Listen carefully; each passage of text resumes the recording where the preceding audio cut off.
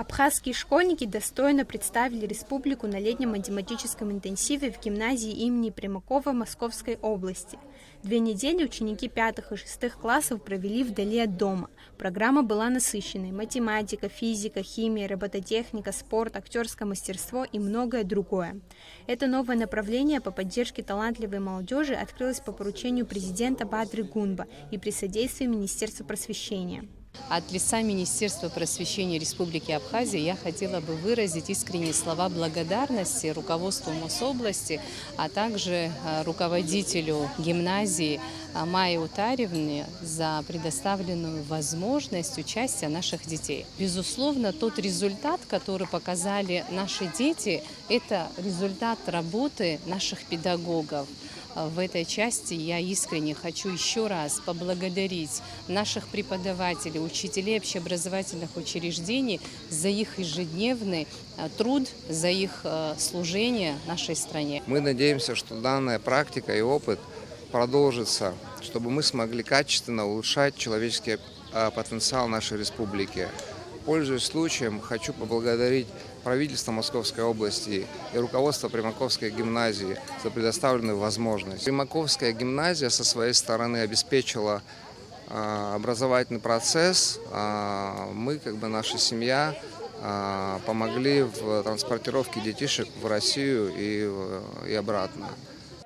Итоги поездки подвели в Сухуми. Встреча с министром просвещения Ханой Гунба и советником президента Алясом Гвазава прошла в формате теплой дружеской беседы. Дети наперебой делились впечатлениями, общались на равных, серьезно и по-взрослому, ведь за плечами ребят стояла важная миссия.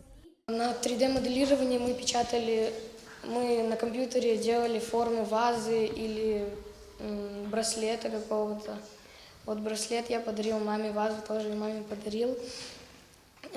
Потом на математических играх мне понравилось там. Они были в основном легкие и интересные. Мне было очень приятно находиться среди людей, которые стремились к знаниям. Для меня это создавало особую атмосферу, в которой было очень приятно находиться. Я хочу поблагодарить наших организаторов за эту поездку и за то, что нам подарили такой опыт. В автобусе мы все быстро сдружились, и в гимназии Примакова мне было очень интересно, ведь несмотря на то, что нас всех распределили по разным отрядам, и то, что мы не были все вместе, это не мешало нам пересекаться и общаться вне наших вожатых.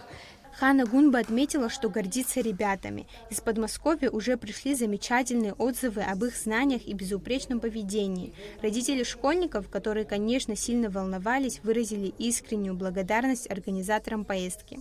Огромная ответственность за детей за пределами Родины легла на плечи заместителя руководителя отдела образования Тхуарчальского района Ахры Харчилава. В первые дни ребята скучали по дому, но после серьезного разговора о том, что они лицо своей страны, каждый проявил стойкость и собранность. Тоже были переживания, но благодаря детям, благодаря тому, насколько они воспитаны и насколько они ответственно подходили сами к делу, с которым мы были вместе сопричастны, благодаря всем этим факторам, наверное, все получилось. Здесь есть ребята, которые участвовали в Олимпиаде школьной, потом после чего участвовали в городском туре.